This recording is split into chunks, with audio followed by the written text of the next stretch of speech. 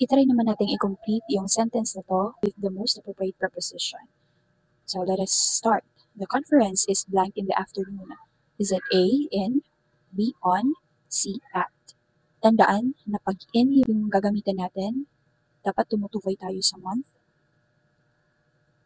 Like August, September, October, January, February, or years, like 2025, 2024, 2023, or season, like summer or winter, or part of the day.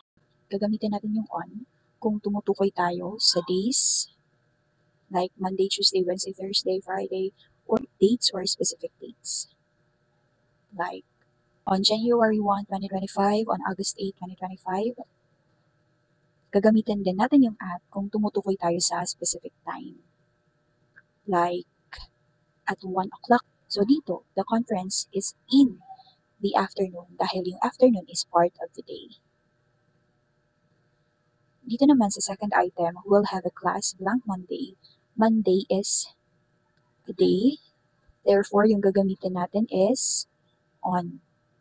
We'll have a class on Monday. How about sa item na to? What do you think is the answer?